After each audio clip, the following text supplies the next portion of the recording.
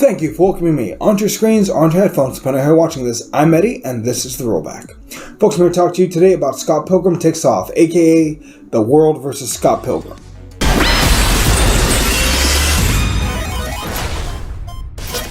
Right, so I think this show takes notes from the OG, from the original Scott Pilgrim vs. the World film starring Michael Cera.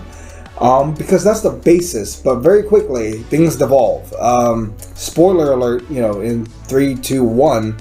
So the beginning of this show and the beginning of all this is exactly like the film, where we meet Scott. He's kind of dating Knives, but not really. He lives with Wallace, part of a band.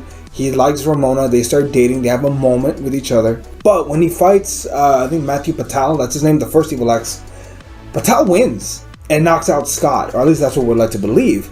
And from there, this very quickly becomes not Scott's story, but Ramona's, and also one of character redemption for the other exes.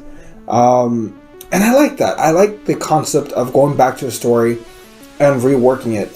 When Mario Puzo helped to rewrite The Godfather, the original, the screenplay and whatnot, he said that he got the chance to do something most other artists would kill for, which is a second draft, a second chance to correct things that you now see in hindsight either didn't work, would have wanted to flesh out, or just completely cut out altogether.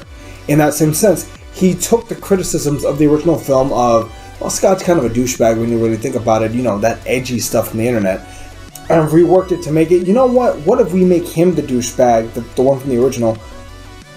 I'm getting ahead of myself. What if we make him the bad guy in another story where Scott has to learn not just self-respect or self-trust, but also will redevelop everyone else, where Ramona is not a prize to be won, but instead a character that's actively involved in her own story. And it's great. Genuinely, shockingly so, but it is. Each of the Evil X's have something to do. Matthew Patel just wants to be a somebody, not looked down upon like a loser. Other Evil X's, the actor, I think Lucas Lee, ends up working at a coffee shop because, maybe acting just wasn't the right gig for him. Roxanne just becomes friends with everyone. The vegan figures out, I'm not sure if he's gay or bisexual. He's certainly not straight. Because he ends up messing around with Wallace. Wallace ends up marrying this really rich dude from Nintendo, which, good on you, buddy. The twins are still the twins. Gavin, Gregory, Goose, Gordon Graves, his actual last name is Goose. He ends up with Olivia Wilde's character, and they become like this mastermind villain team, and they have a teaser for the next season, which is, all of that works out great, but the best part is when Scott Pilgrim meets older Scott. Older Scott tries to discourage him from getting with Ramona. Turns out, Scott doesn't give a shit. Younger Scott still ends up with Ramona. Older Scott figures it out, gets even angrier, and trains for 10 years to become even older Scott. But he is jacked and powerful. And we get this awesome action sequence where it's the world versus this guy. This one guy who never did anything wrong. I'm the nice guy. I'm the hero. I've been living like a freaking monk for the past 10 years. And he can't see that he is the villain of the story because he is the hero. It's great. I mean, it's one of those first stories where, the villain is the good guy, or, the hero is the villain, which in this case works, but that doesn't rob Ramona of her own agency.